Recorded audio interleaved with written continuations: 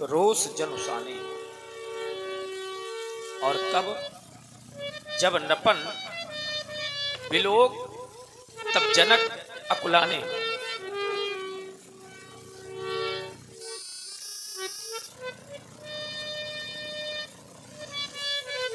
रोष जन उसाने, लेकिन कब? जब नपन बिलोक तब जनक अकुलाने। क्या बिलोका? आप लोगों का बल, आप लोगों का पराक्रम, आप लोगों का साहस और आप लोगों की सूरवीरता। तब महान खेद, महान पश्चाताप, महान पश्चाताप। मैंने तो माना था कि पृथ्वी वीरों के द्वारा भोगी जाती है, और ऐसे नहीं माना था। सिद्धांत कहता है वीर भोग्या वसुंधरा। लेकिन जिस समय हमारे बंदियों के द्वारा घोषणा हुई, बोले बंदी वचन वर सुनहु सकल महिपाल। एक दो राजा न सुने, सभी राजा सुने। और क्या सुने? बोले प्रण विदेह का कहीं हम भुजा उठाई विशाल। अपनी विशाल भुजाओं को उठा करके अपने राजा के प्रण को कहना चाहते हैं। बंदियों के द्वारा कहा गया और आप लोगों के द्वारा सुना गया। लेकिन सुनने के उपरांत जो आप लोगों के द्वारा इस अजगों पर क्रियाएं की गई, प्रतिक्रियाएं की गई, वो मेरे मित्रों नियम नैतिकता को तोड़ देने वाली क्रियाएं की गई। आपने प्रण को सुना था, एक एक नेपाल उठता, अपने बल का प्रयोग सजगों पर करता, और जब अपने कार्य में असफल हो जाता तो मेरी मिथिला को छोड़ करके चला जाता। लेकिन आप लोगों के द्वारा ऐसा नहीं किया गया। पहले एक नेपाल उठा, कार्य की पूर्ति नहीं हो पाई, देखते देखते उसके सहयोग में दूसरा नेपाल खड़ा हो गया, फिर भी कार्य की पूर्ति नहीं हो पाई। परिस्थितियां तो यहां तक आ गई कि भूप साहस 10 एक ही वारा, और लगे उठावन टरई न टारा। 10,000 राजाओं ने अपने बल का प्रयोग इस अजगों पर कर दिया। अब जरा विचार करो, यदि 10,000 राजाओं के द्वारा इस अजगों का खंडन हो जाता तो क्या मेरी पुत्री किसी मंदिर का प्रसाद है जो उसके मैं 10,000 टुकड़े करके और आप लोगों में वितरित कर देता। धिक्कार है आप लोगों की वीरता को, धिक्कार है आप लोगों के साहस को, और धिक्कार है आप लोगों के पराक्रम को। अब तो कहना चाहता हूं कि चले जाएं आप लोग मेरी मिथिला को छोड़ करके। और ये कहने के पहले कहना चाहते हैं जो लोग बहुत पीछे बैठे हुए हैं, आप लोग इधर आ जाओ थोड़ा, क्योंकि समाज है नहीं, और लोग चले गए हैं, कुछ लोग रह गए हो, तो जरा पीछे से इधर आ जाओ। क्योंकि एक दूसरे के संबंध ऐसे होते हैं श्रोता वक्ता के कि हम देखें, आगे लड़के बैठे ये बात कर रहे हैं तो इनसे तो हमारा संबंध बनेगा नहीं, बनेगा बुजुर्गों से, तो इनको मानना है नहीं, क्योंकि आप लोगों को समझ में आएगा नहीं है। तो आप लोग जितने बुजुर्ग हैं इधर आ जाओ सामने। तो अब हमारा कहना है कि आप लोग चले जाएं मेरी मिथिला को छोड़ करके, और अगर इतने पर भी आप लोगों ने मेरी मिथिला का परित्याग नहीं किया तो यह जनक कुछ कहने के लिए विवश हो रहा है और कहना चाहता है कि यहां श्री हाथ भाई वो हार ही राजा।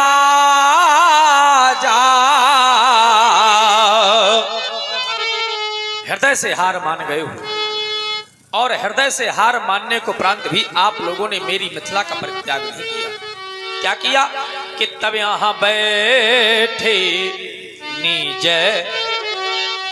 निज जाही ये समाजा।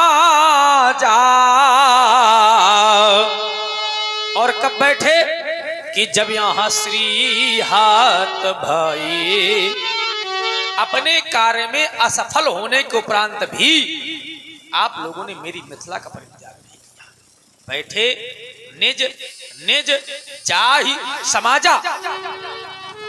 अब आप लोग कौन सी अपेक्षाएं लेकर के बैठे, क्या चाहते हैं आप लोग मुझसे? मैं किसी को वीर मान नहीं सकता, और जब तक धनुष का खंडन नहीं होगा तब तक अपनी बेटी का विवाह नहीं कर सकता। तो फिर आप लोग क्या ऐसा सोच करके बैठे हो? अब चले जाएं आप लोग मेरी मिथिला को छोड़ करके। यदि आप लोग कह रहे हो कि महाराज आपने हमको बुलाया था और आज अपमान कर रहे हैं, तो मैंने किसी भी कोई क्षत्रिय नेपाल को व्यक्तिगत निमंत्रण नहीं दिया था, कोई व्यक्तिगत पत्र नहीं भिजवाया था। देश देश संदेश पठाए, सातों द्वीपांतरों में मैंने अपने प्रण की घोषणाएं करवाई थी। जम्बू, प्लक्ष, सालिमल, कुश, क्रौंच, पुष्कर और शाक, इसको केवल आप लोग सुन करके आए सुनी। हम जो प्रण ठाना, जो हमने प्रण किया है, इसको केवल आप लोग सुन करके आए। तब फिर कौन आए? तब फिर यहां दीप दीप के भूपा तिनाना और आए सोनी। जो हमने प्रण किया है, इसको केवल आप लोग सुन करके आए। अब मैं भ्रम में इसमें रहा कि मैं मानता रहा कि अभी तक तो सिर्फ दीप दीप के भूपति नाना ही आए हुए हैं। अभी स्वयंवर का कार्य चल रहा है, हो सकता है अभी देवता आ जाएं, अभी दैत्य आ जाएं, उनके द्वारा मेरे धनुष का खंडन हो जाए, मेरे प्रण की पूर्ति हो जाए। लेकिन मेरे मित्रों, जिस समय विचार करने लगे कि आज तो स्वयंवर का अंतिम दिवस आ गया, चलते चलते क्या अब भी देवता रह गए होंगे, क्या अब भी दैत्य रह गए होंगे, तो मैंने सम्मत लेना प्रारंभ कर दिया। यहां से सम्मत मिली, राजा जनक देखना बंद कर दो। मैंने कहा क्या करूं? बोले विलोकना प्रारंभ करो। दो प्रकार की दृष्टियां होती हैं, एक साधारण और एक सूक्ष्म। अभी तक मैंने जो आप लोगों का निरीक्षण किया था, वो साधारण दृष्टि से किया था। जब यहां से संकेत मिला कि राजा जनक विलोकना प्रारंभ करो, तब नपन विलोक जनक अकुलाने। क्या विलोका? ये देखो ना, बैठे हुए देवता, ये बैठे हुए दैत्य, लेकिन परिवर्तन है।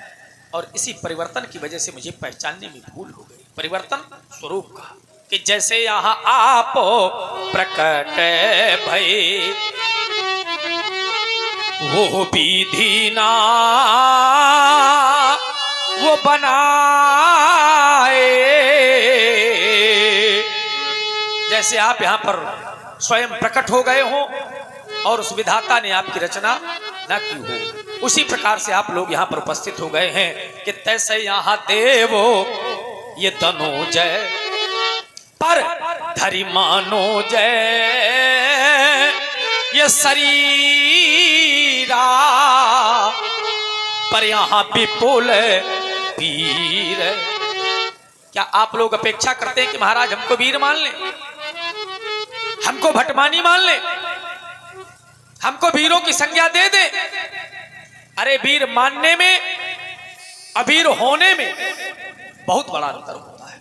जो वीर नहीं है उसको अगर वीर कह दिया जाए तो वीर नहीं हो सकता, और जो वीर है और उसको चाहे वीर कहा जाए न कहा जाए, जो वीर है तो वीर है। अब यदि आप लोग कह रहे हो कि महाराज हमको वीर मान ले, तो बताओ मैं कैसे आपको वीर मान लूं मेरे मित्र? और शोर मचा रहे हो भैया। अभी हमने इतना कहा, लेकिन मैं क्या बताऊं यार, इतनी विडंबनाएं, इतनी मर्यादाएं हीन हो चुकी हैं। ऐसा कलयुग का प्रभाव आ चुका है कि क्या बताया जाए, कोई किसी की मानते नहीं। ये भगवान की लीला है। अब इतना शोर मचाओगे कि हन तक आवाज आ रही है, तो जाओ आप लोग, का मतलब है यार? चंदन की चैली भरी लड़ी भरा नहीं काठ, दो लोग होंगे हम उन्हीं को सुना देंगे। भगवान शंकर जिस समय परमात्मा की कथा को सुना रहे थे तो केवल मैया पार्वती थी। हमें 50 लोगों की आवश्यकता नहीं, लेकिन अच्छे लोगों की आवश्यकता है। सुनो जरा, विचार करो। तो यदि आप लोग कह रहे हो कि महाराज हमको वीर मान ले, तो मैं किसी भी क्षत्रिय नेपाल को वीरों की उपाधियां नहीं दे सकता, वीरों की संज्ञा नहीं दे सकता। अगर आज मुझसे आप लोग कहलवाना चाहते हो तो जो मैंने अनुभूति की है वही कहूं। व्यक्ति के जीवन में कुछ अनुभूतियां होती हैं, और अनुभूति मैंने की है कि पृथ्वी पर कोई वीर नहीं रह गया है। और आज यह जनक नहीं, योगी नहीं, एक असहाय निर्बल बेटी का पिता कुछ कहने के लिए बात हो रहा है, और कहना चाहता है कि यह देश के राजा गण हम किन्हें कहें बलशाली है, पर हमको यहाँ विश्वास हुआ ये पृथ्वी वीरों से खाली है। आज स्पष्ट हो गया कि पृथ्वी पर कोई वीर नहीं रह गया। मैंने तो ये मान करके प्रण किया था कि धनुष का खंडन होगा, अपनी राजा बेटी की विदाई करूंगा, लेकिन आज स्पष्ट हो गया कि ये पृथ्वी वीरों से खाली है। देख लो दुनिया वालों, यदि यह विचार पहले होता, किंचितम यदि ये आभास होता कि पृथ्वी पर कोई वीर नहीं है, तो क्या जानबूझ करके एक पिता प्रण करके अपनी बेटी को कुंवारी रखने के लिए ऐसा बात हो जाता? नहीं। यदि यह विचार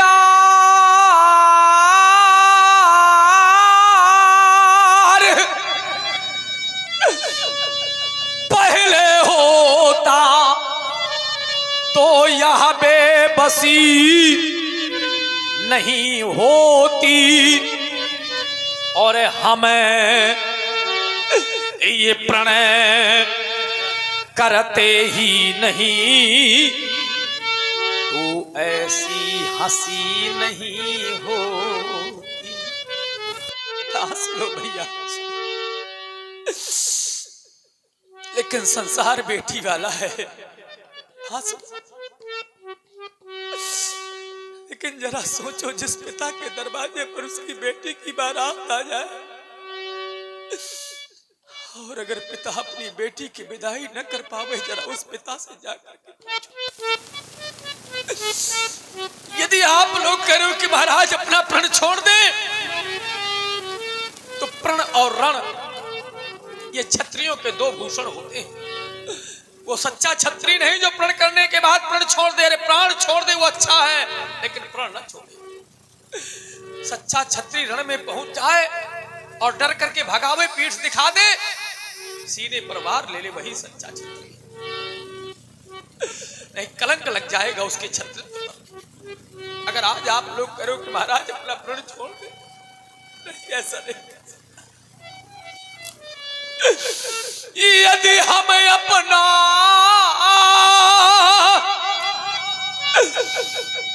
यह प्रण छोड़े तो धर्म हानि है, लज्जा है। तो फिर आप लोग कहोगे कि महाराज अब क्या करोगे? तो मेरी पुत्री को कुंवारी अब रहना है, क्या करें हमारा बस क्या। आज एक पिता को कहना पड़ रहा है कि मेरी पुत्री को कुंवारी अब रहना है, क्या करें हमारा बस क्या है। मेरे बस की बात नहीं रह गई। ऐसा लग रहा है कि मेरी बेटी कुंवारी रह जाएगी, मेरी बेटी कुंवारी रह जाएगी। एक बार जरा इन माताओं से पूछ लो। महाराज विदेह राज की करुणमयी वाणी को सुन रहे हैं। प्रभावित हुए हमारे भैया सयाने सिंह जी चंदेल, आप कमेटी के सक्रिय कार्यकर्ता हैं, उनके द्वारा 51 पुष्पराएं महाराज विदेहराज जी के चरणों में समर्पित हो रहे। मंच की ओर से कोट कोट साधुवाद। जरा सोचो बैठी हुई माता, संसार कितनी भी कठोर से कठोर हृदय की माँ क्यों ना हो, संसार का कितना भी कठोर से कठोर हृदय का पिता क्यों ना हो,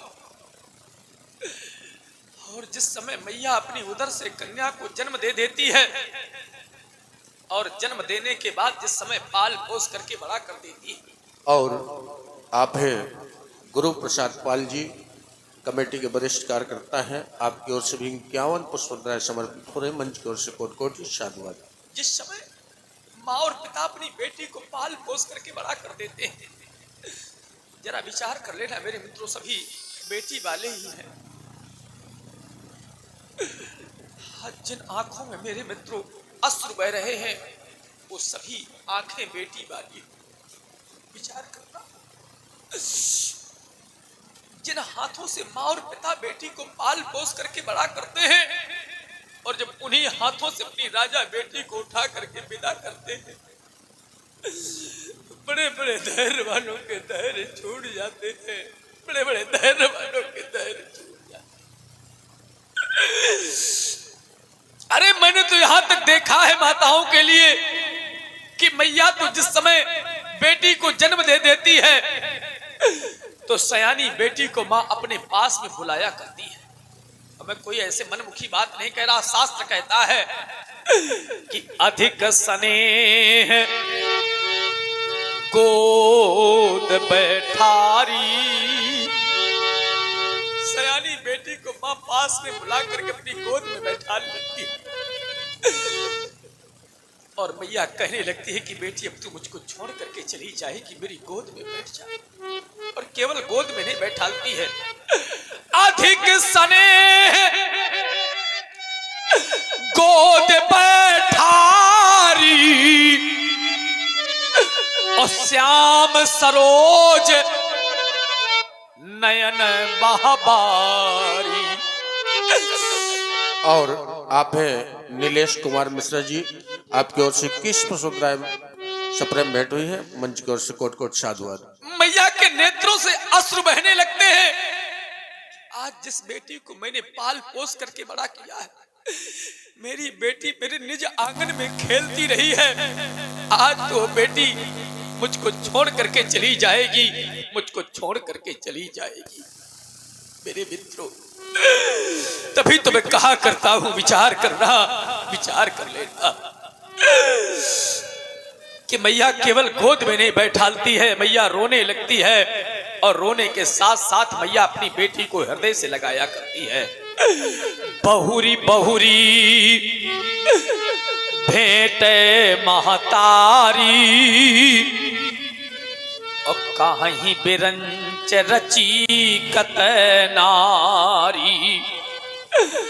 बार बार मैया अपनी बेटी को गले से लगाती है और विधाता को दोष देने लगती है कि अरे विधाता तूने कैसी रचना की है बेटी की कि जिस बेटी को मैंने पाल पोस करके बड़ा किया था, आज उसी बेटी को अपने इन हाथों से उठा करके मुझे विदा करना पड़ेगा, मुझे विदा करना पड़ेगा। और आप हैं श्री कृष्ण बहादुर सिंह चंदेल उर्फ बब्बू भैया, आप वरिष्ठ कमेटी के सदस्य हैं, आपकी ओर से 101 पुष्पराय भेंट हो रही है, मंच की ओर से कोट कोट साधुवाद।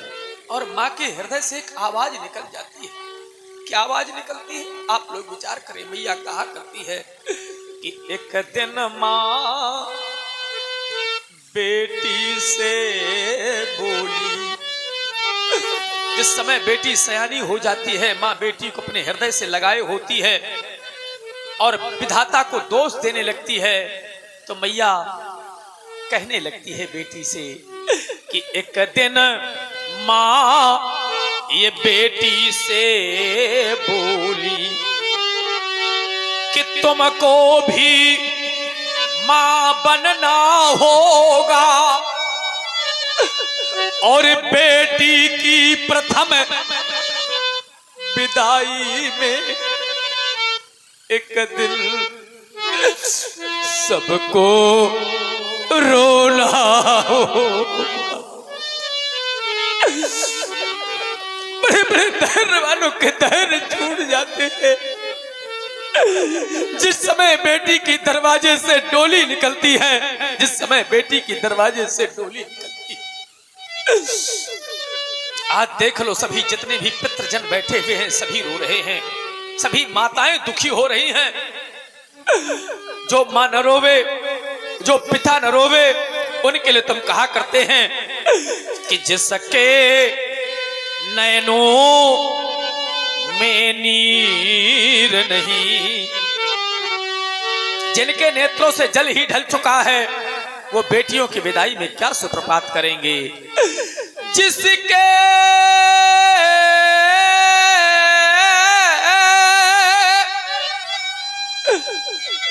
नैनों में नीर नहीं, वो नीर बहाना अब क्या जाने।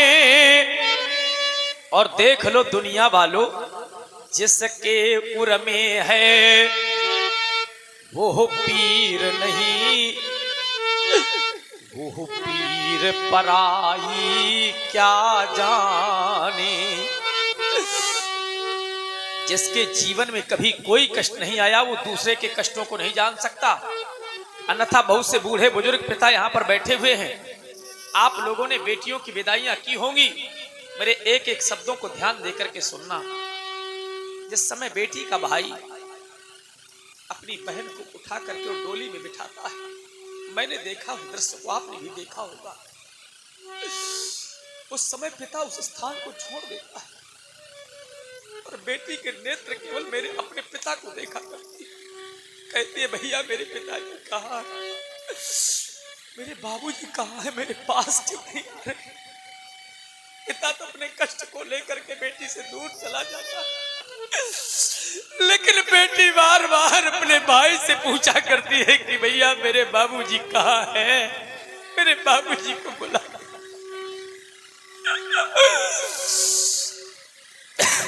भैया रो देता है, कहता है बहन पिताजी आ जा।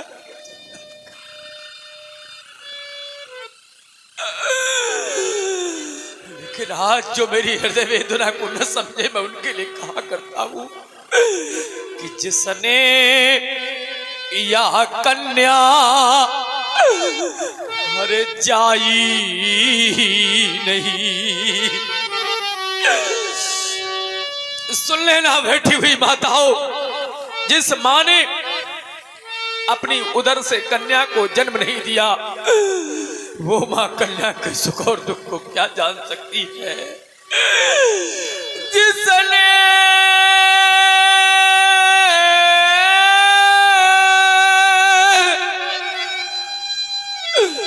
ये कन्या जाई नहीं, वो कन्या का दुख क्या जाने। और देख लो दुनिया वालों, जिस पैर बिमाई अब फटी नहीं, वो पीर पराई क्या जा।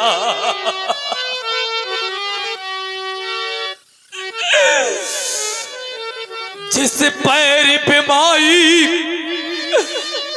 अरे फटी ही नहीं, वो पीर पराई क्या जाने।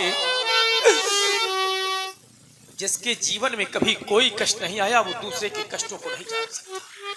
विचार कर लेना भैया, बेटी का अपना कोई जीवन नहीं, बेटी का अपना निज का कोई जीवन नहीं होता है।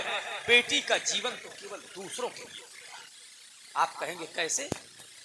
आपने बेटियों की विदाइयां की हो, किसी भी जगह पर पिता उसका पाण ग्रहण संस्कार कर दे, आज तक किसी की बेटी ने यह नहीं कहा होगा कि पिताजी मैं वहां नहीं जाऊं। बेचारी गूंगी बहरी सी अपने पिता के घर को छोड़ करके और पति के घर को अपना लेती है। और वही बेटी जब ससुराल चली जाती है तो बहुत से प्रमाण आपने देखे होंगे, उसका चाहे जीवन साथी अच्छा मिल जाए और चाहे अच्छा न मिले। जीवन साथी माने पति, चाहे उसको ढंग से रखे चाहे न रखे, लेकिन बेटी अपने सारे जीवन का सुख, सारे जीवन का दुख अपने पति चरणों में समर्पित कर देती है। और वही बेटी जब मां बन जाती है तो मां के प्रेम स्नेह को तो आपने सबने देखा हो। अगर निर्धनता होती है, गरीबी होती है घर में, अब अगर 4 पुत्र होते हैं तो मेहनत मजदूरी करके मां अपने 4 बेटों को पाल देती है, लेकिन 4 बेटों के द्वारा एक मां नहीं पाली जाती।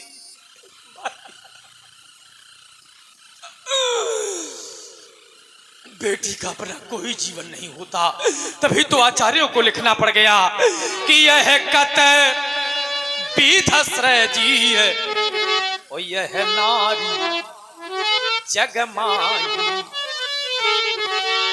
अगर ब्रह्मा की सृष्टि के अंतर्गत अगर कन्या की रचना हुई है, नारी की रचना हुई है, तो यह कत विध सजी नारी जगमाही। तो यह पराधीन तो सपने हूं सुख नाही। पराधीन सपने हूं सुख नाही।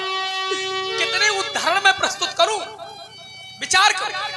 जैसे बेटी अपने घर को छोड़ करके जाती है, अब आपके घर का वातावरण कैसा है, कैसा आपके घर का परिवेश है, कैसा रहन सहन है। लेकिन उस घर को 20-25 वर्ष तक बेटी ने किया और उसके बाद जब दूसरे घर में जाती है तो उसको उस परिवेश से ढलना पड़ता है। सोचो जरा, बात सत्य है कि नहीं है? अब अगर बेटी नहीं ढलती तो उसको सताया जाता है, उसको मारा जाता है, और इतने पर भी अगर नहीं होता तो बहुत से परिवार मैंने देखे हैं कि उसकी जीवन लीला को समाप्त कर दिया जाता है। आरोप लगाए जाते हैं, प्रत्यारोप लगाए जाते हैं कि तुम्हारे पिता ने धन नहीं दिया है। अरे धन अभाव में जब यही बेटियां, और से परिवार आपने देखे होंगे, सुने होंगे कि बेटी फूल जैसी बेटी जिस पिता के द्वारा पाली पोसी गई है, उसी बेटी को मेरे मित्र अकेला पा करके, सूना पा करके इसको जला दिया जाता है। तो सोचो कोई नहीं होता।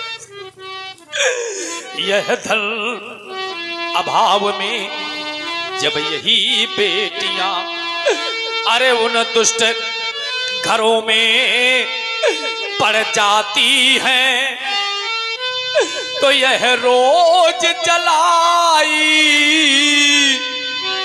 अब जाती है, और रोज ये मारी जाती है।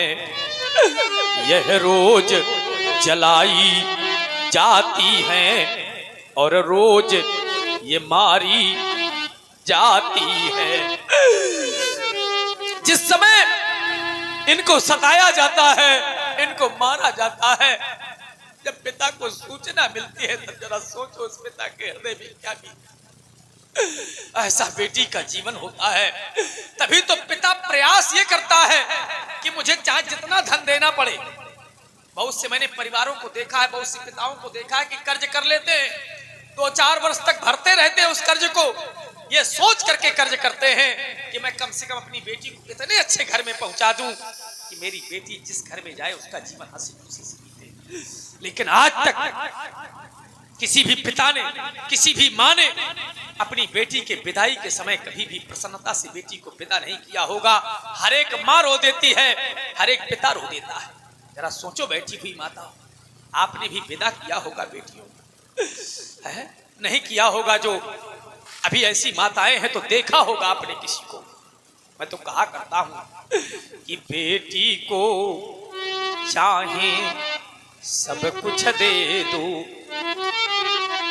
आपकी बेटियां बैठी हुई हैं, जिस समय इनको विदा करना, चाहे आप जितना धन दे देना, चाहे जितनी संपत्ति दे देना, लेकिन एक बार तो माँ रो देती है फपक करके, एक बार माँ रो देती है फपक करके। ये बेटी को चाहे सब कुछ दे दो, पर दिल में संतोष नहीं होता। अरे बेटी की प्रथम विदाई में ये हर मातु पिता देखा रोता, ये हर मातु पिता देखा रो। अरे दुर्भाग्य, हर एक माँ रो देती है, हर एक पिता रो देता है। अरे कहां तक बेटियों की बड़ाई करूं? अगर आप लोग कह रहे हो कि महाराज बेटा तो कुल का दीपक है, क्या करें? तो अगर बेटा कुल का दीपक है तो मेरे मित्रों बाती है बेटी। बाती से आप अर्थ क्या लगाएंगे? बेटा अगर कुल का दीपक है तो संतति बढ़ाने का माने दीपक जलाने का काम तो बेटी करती है। अगर बेटी का जन्म ना हुआ होता तो क्या आप देखने को मिलते, क्या हम देखने को मिलते, क्या ये संसार देखने को मिलता? ये कन्या की देन है, वह संसार दिखाई दे रहा है। तो अगर बेटा कुल का दीपक है तो ये बाती है बेटियां। जो लोग कहते हैं कि हमारे सिर्फ बेटा हो बेटी ना हो, ऐसा नहीं है, दोनों एक दूसरे के पूरक है। जैसे डंडे में झंडा अगर न लगाया जाए तो डंडा महत्व शून्य हो जाएगा, अब अगर झंडा में डंडा नहीं होगा तो झंडे का कोई महत्व नहीं रह जाएगा। बेटा अगर संघर्ष की सूरत है तो समय बदल गया है, अब बेटियां संघर्ष करने लगी हैं, लेकिन बेटी का जीवन त्याग से होता है और बेटे का जीवन संघर्ष से होता है। बेटा यदि संघर्ष की सूरत है तो ये बेटी त्याग की मूर्त है। हमें किसी एक आंगन की नहीं, संसार में प्रत्येक एक आंगन में इन दोनों की जरूरत है, इन दोनों की जरूरत है। ऐसा बेटी का जीवन होता है। अगर बालिका शब्द को शब्दकोश से हटा लिया जाए, सृष्टि के सृजनात्मक शक्ति के रूप में है बालिका। अगर कन्या का जन्म न होता तो संसार देखने को मिलता। आदरणीय व्यास जी, जितने भी नाते रिश्ते हैं ये कन्या की देन है। हम किसी को मामा कहते हैं, किसी को फूफा कहते हैं, किसी को चाचा कहते हैं, किसी को दादा कहते हैं, ये कन्या की देन है। अगर आज कन्या का जन्म ना हुआ होता तो मेरे मित्रों ये संसार देखने को न मिलता। दो पंक्तियां कह देते हैं, जरा विचार करो कि यदि कन्या न होती न ये संसार होता। अगर कन्या का जन्म ना हुआ होता तो क्या ये संसार देखने को मिलता? यदि कन्या न होती न ये संसार होता और न कुछ सार होता न आसार होता।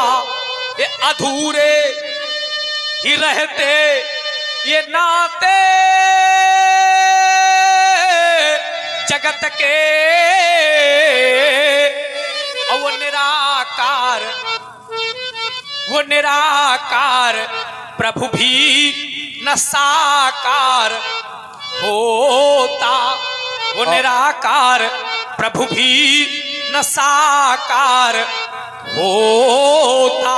और आप हैं श्री कृष्ण बहादुर सिंह जी चंदेल और बब्बू भैया, आपकी ओर से 51 पुष्पराय भेंट हो रहे हैं। मंच की ओर से कोट कोट साधुवाद।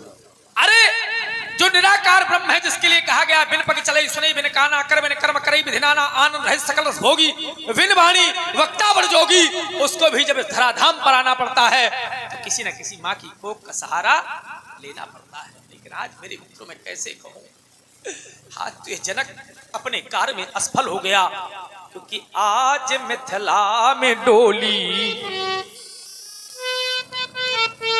अरे दुर्भाग्य क्या हो गया।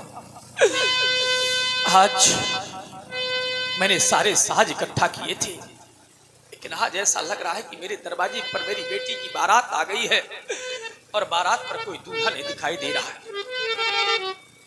आज मिथिला में डोली ये सजी रह गई, वाटिका में कली अधिक खिली रह गई, वाटिका में कली अधिक खिली रह गई। बड़े अरमानों के साथ मैंने अपनी बेटी सीता का पालन पोषण किया था। बड़े अरमान से मैं पाली सिया, लेकिन प्रण न पूरा हुआ, हाय फटता हिया, प्रण न पूरा हुआ, हाय फटता हिया। आज मति मेरी कैसी ये मारी गई, ये वाटिका में कली अधिक खिली रह गई, वाटिका में कली अधिक खिली रह गई। आज मिथिला में डोली ये सजी रह गई। आज मिथिला में डोली सजी रह गई। आज मेरे मित्रों, मैंने सारे साज इकट्ठा किए थे, लेकिन क्या करूं, जिस समय मैं मही का कर्षण कर रहा था, उस समय इस वसुंधरा ने अपना वक्षस्थल फाड़ करके इस कन्या को मुझे प्रदान किया था। लेकिन हाय रे दुर्भाग्य, आज क्या हो गया, मैं केवल पालन पोषण ही कर पाया और बेटी का विवाह नहीं कर पाया। जिस समय मैं मही का कर्षण कर रहा था, तभी मैं कह रहा हूं कि हल कर्षण से जो जोत मिली, हम घृत डाल के लो को बढ़ा न सके। और ये दुल्हन का साज सजाया मगर तुझ द्वारे पे डोली मंगा ना सके। आज कोई भी ऐसा ब्राह्मण मुझे नहीं दिखाई दे रहा जो मेरे दरवाजे पर मेरी बेटी की डोली ले आए। हल कर्षण से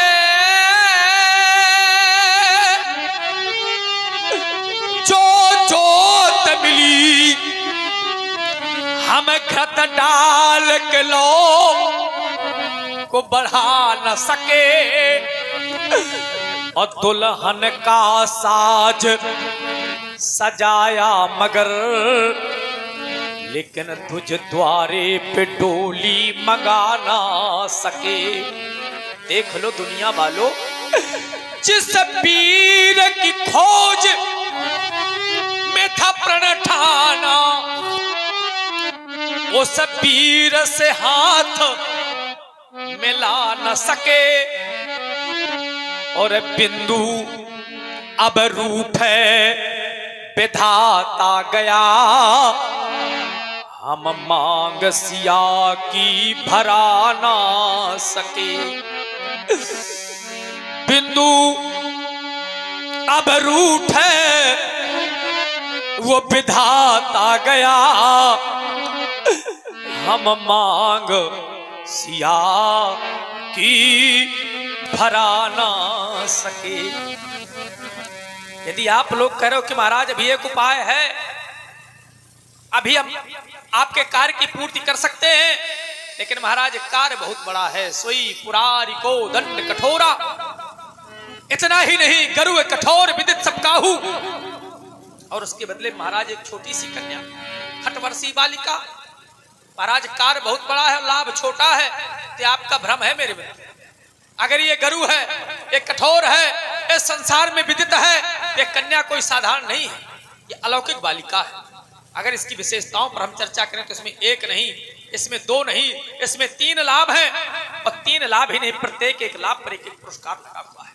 आज एक बेटी का पिता हूं मैं, आप लोगों को एक एक लाभों से अवगत कराऊंगा। सुन ले मेरे लाभ, सुन ले मेरे लाभों की उपलब्धियां, और जब अच्छे लग जाए मेरे लाभ, तब कर देना आप लोग मेरे प्रण की पूर्ति। और जब आप लोग कर देंगे मेरे प्रण की पूर्ति, तो मैं केवल मौखिक नहीं सुना रहा, देख लो ये मैं प्रदान कर दूंगा। आज बैठी हुई लाभों की मूर्ति प्रदान कर दूंगा, बैठी हुई लाभों की मूर्ति।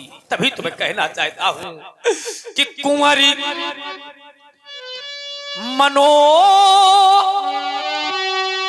हरि पिजाय बड़ी, और ये कीरत अति कमुनी,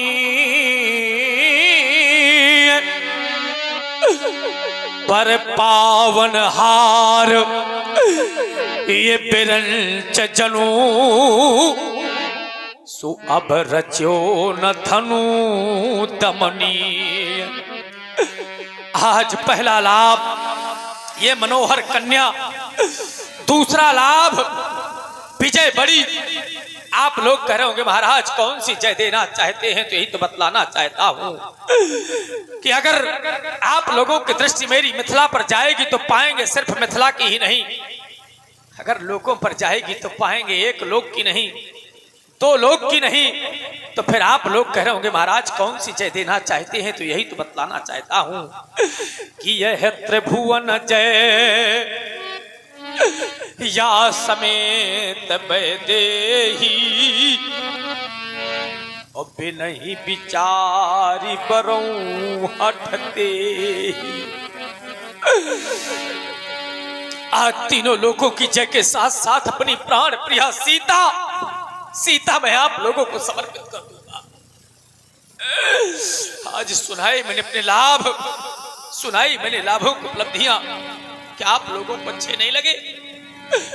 यदि अच्छे नहीं लगे तो फिर मेरी मिथिला का परित्याग क्यों नहीं किया? अगर अच्छे लगे तो किसी ने भगवान शंकर के आयुध को दो खंडों में परिवर्तन क्यों नहीं किया? जानना चाहता हूं मेरे मित्रों, बताओ मुझे, आप कहो कृपया यहाँ कहा हूँ का है, कहो कहो मेरे मित्रों।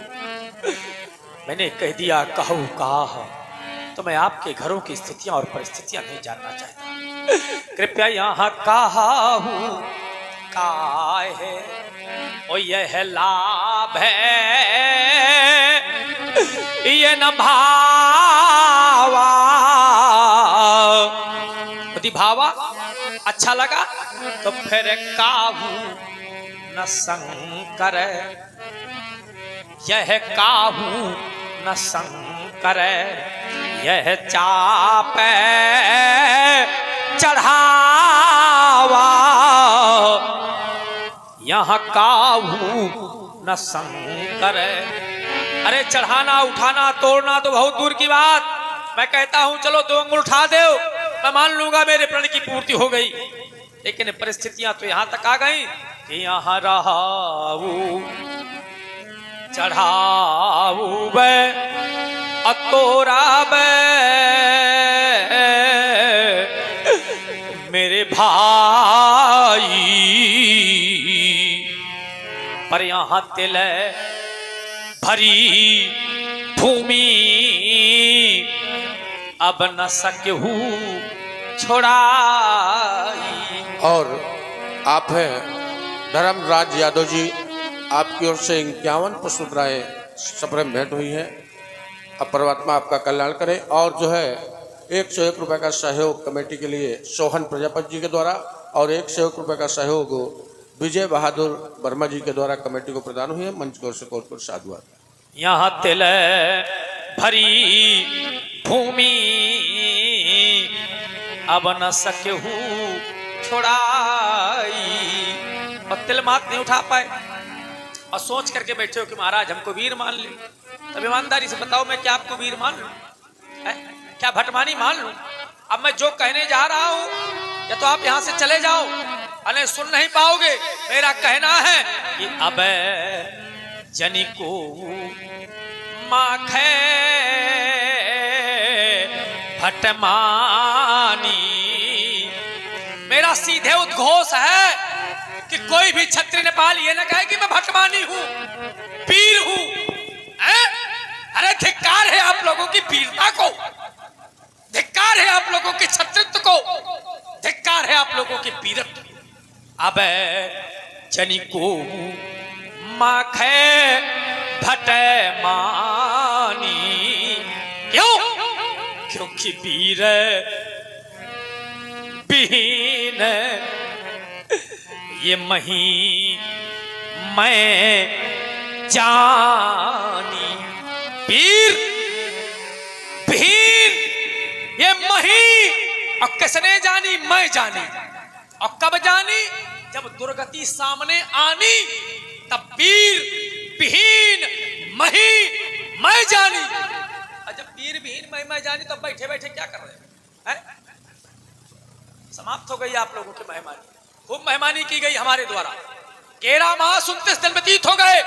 आज अंतिम दिवस में मैं कहने जा रहा हूं कि चले जाओ। अगर नहीं गए तो फिर एक दूसरा नियम अपनाने जा रहा हूं। दूसरा नियम क्या है कि रंगशाला का निर्माण मैंने करवाया था, और बंद करवाने का अधिकार मेरा भी है। कहता हूं ये